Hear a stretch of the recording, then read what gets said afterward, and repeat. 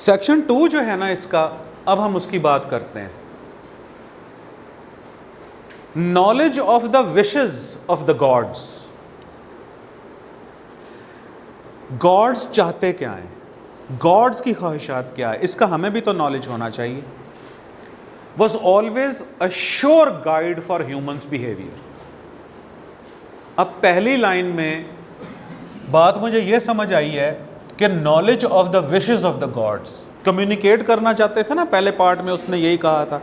अब कम्युनिकेशन में कम्युनिकेशन का मकसद बता रहा है यहां पर कि क्या कि गॉड्स, देवी देवता या सुप्रीम पावर्स चाहती क्या है, इसका नॉलेज होना चाहिए।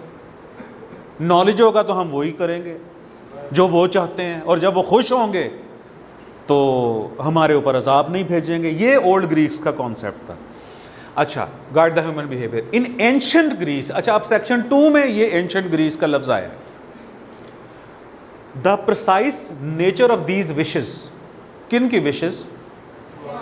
गॉड्स एंड गॉडेसेस की। ये दोनों मैंने येलो कलर में कर दी है। अच्छा, अब ह्यूमंस चाहते थे कि गॉड्स की विशेस का उन्हें नॉलेज हो। अच्छा, अब उन विशेस की बात कर रहा है कि ये जो विशेस थी गॉड्स की, was decoded by the art of giving oracles. अब उनकी विशेस को डीकोड करता था, ये आर्ट था ओरेकल्स का। यानी गॉड की विशेस को जो डीकोड करने का आर्ट था, उस आर्ट को हम ओरेकल्स कहते थे। अब ये जो आर्ट था, ये डीकोड भी होता था, प्रैक्टिस्ड बाय, और ये आर्ट, इस आर्ट को प्रैक्टिस भी करते थे। कौन? सूथसेयर्स। हु? अच्छा, अब हु जुड़ा होता है ह्यूमंस के साथ।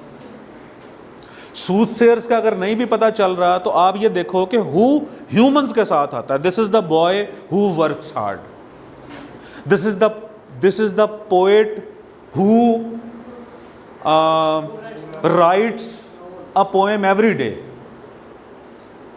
This is the politician who speaks loudly. ठीक है, लेकिन this is the car which runs fast. तो नॉन ह्यूमंस के लिए हम विच यूज करते हैं और ह्यूमंस के लिए हम हु यूज करते हैं। अच्छा, अब ये जो सूथसेयर थे हु, अब इस हु से पता चल रहा है कि ये ह्यूमंस थे।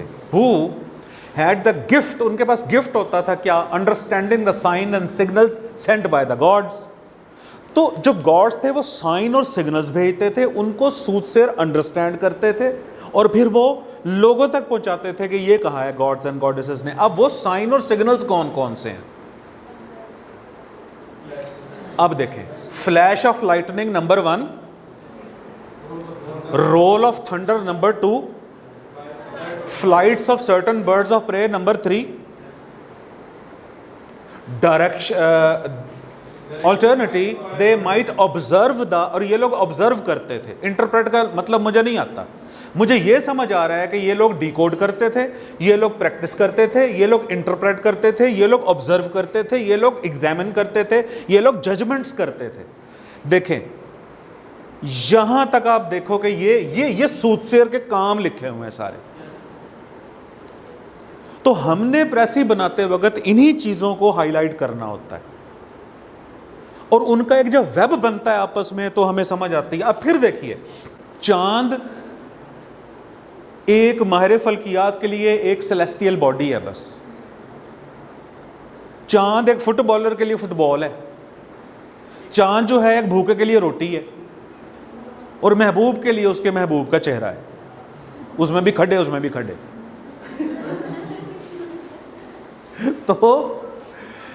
तो ये इंटरप्रिटेशन हो गई। जब हम एक ही ऑब्जेक्ट या हैपनिंग को डिफरेंट एंगल्स के साथ उसकी तशरीह करने की कोशिश करते हैं, एक ही ऑब्जेक्ट को डिफरेंट एंगल्स के साथ हम तशरीह करते हैं, तो उसको हम इंटरप्रिटेशन कहते हैं। सादा तरीन लफ्जों में मैं आपको गुजारिश कर रहा हूं। अच्छा, अब flashes of lightning, rolls of thunder, flights of the certain birds of prey, prey की नहीं समझ आई मुझे, लेकिन ये मुझे फ्लाइट्स ऑफ सर्टन बर्ड्स की तो समझ आ रही है ना।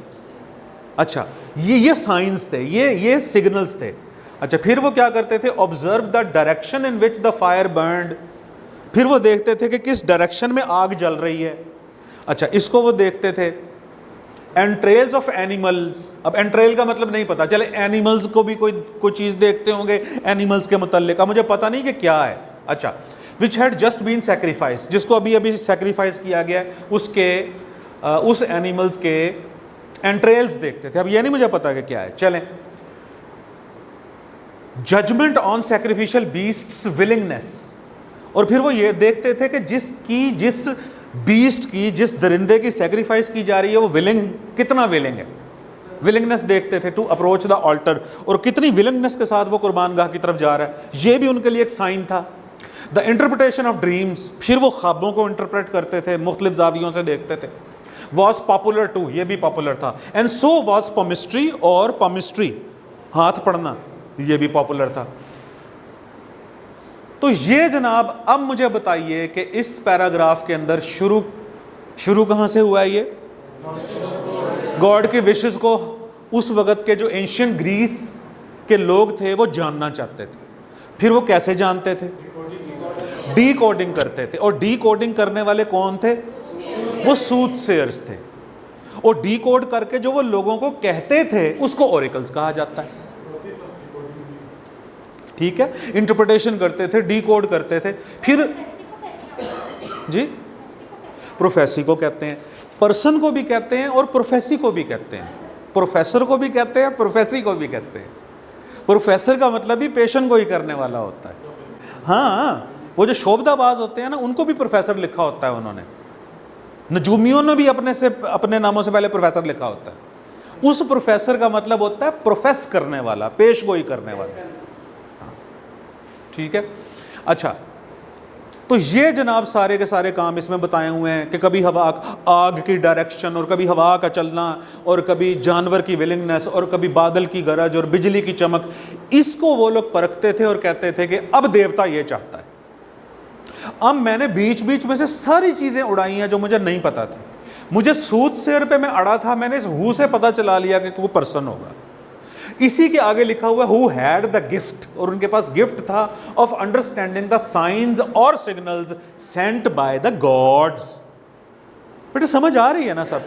हाँ, तो ये देखो, ये मेरा उसूल है कि प्रेसी में हमने फोकस ही उन लफ्जों पे करना है जो हमें समझ आ रहे हैं और उनका आपस में ताल्लुक जोड़ना है। अच्छा, अब कहता है आखिर में, the most notable soothsayers of ancient Greeks were Tiresias, और हम लिस्ट्स को, नामों को वैसे ही खत्म कर देते हैं। अब इसकी प्रेसी चेक करना कि कैसे बनाइए। आप सिंप्लिसिटी देख लो। इन ओल्ड ग्रीस एंशिएंट की जगह ओल्ड लिख दिया। अच्छा, सूथसेयर ऑब्जर्व्ड, जज्ड, अंडरस्टूड, वो वहीं से मैंने अल्फाज जो हाईलाइट किए थे वही लिखे हैं मैंने। ऑब्जर्व, इमेजिन, ऑब्जर्व और एग्जामिन और अंडरस्टूड, यही लफ्ज उसने लिखे थे। Various signals, happenings. अब बादल का गरजना, बिजली का चमकना हैपनिंग्स है ना, ये happenings. Rituals from daily life, rituals, जानवर का कुर्बानगाह की तरफ लेके जाना, रिचुअल्स, या रिलीजियस ट्रेडिशंस लिख देते हैं यहां, रिलीजियस प्रैक्टिसेस लिख देते हैं यहां जी। हाँ, देखें। अच्छा, from daily life, explained dreams and read hands to tell gods wishes which the humans valued a lot. जितना सिंपल उतना अच्छा। आप मुझसे कहते हो, अच्छा अब देखो इसको उल्टा करके पढ़ते हैं। आप मुझसे कहते हो कि सर कौन सी हैपनिंग्स, मैं कहूंगा ऊपर पढ़ो, तो डिटेल ऊपर लिखी हुई है। आप मुझसे कहोगे कि सर कौन से रिचुअल्स, मैं कहूंगा ऊपर पढ़ो। तो प्रेसी यूं बनाया करो कि जो ऐसी मुख्तसर हो कि जिसकी डिटेल ऊपर पढ़ने को भी दिल करे। फिर यानी these words are heavy words, heavy in the sense के फुल ऑफ मीनिंग्स, इनके अंदर मीनिंग्स मौजूद है, डिटेल्स, फुल ऑफ डिटेल्स, इसलिए हैवी वर्ड्स मैं इन्हें बोलता हूं। अब उन सारी बिजली की कड़क और बारिश और फला सबको मैंने लिखा हैपनिंग्स। आप फिनोमिनाज ऑफ नेचर लिखना चाहते हो वो लिख देना, बात खत्म करना। मैंने देखे वेरियस सिग्नल्स, हैपनिंग्स लिखा ना, आप लिख दो कि प्रोसेसेस ऑफ नेचर, आप लिख दो कि फिनोमिना ऑफ नेचर, यूं लिख दो आप। अच्छा, एक्सप्लेन ड्रीम, ड्रीम्स को भी एक्सप्लेन करते थे। रेड हैंड्स, वहां पामिस्ट्री लिखा हुआ था, मैंने रेड लिख दिया यहां। और ये पास्ट का है पूरा, तो मैंने अच्छा रीड की सेकंड फॉर्म भी स्पेलिंग में रीड ही होती है, पढ़ते हैं उसे, रेड है, रेड है। क्यों? To tell gods wishes. अच्छा गॉड का जी छोटा लिख रहा हूं मैं, देवी देवता वाला गॉड है। Gods wishes which the humans valued a lot.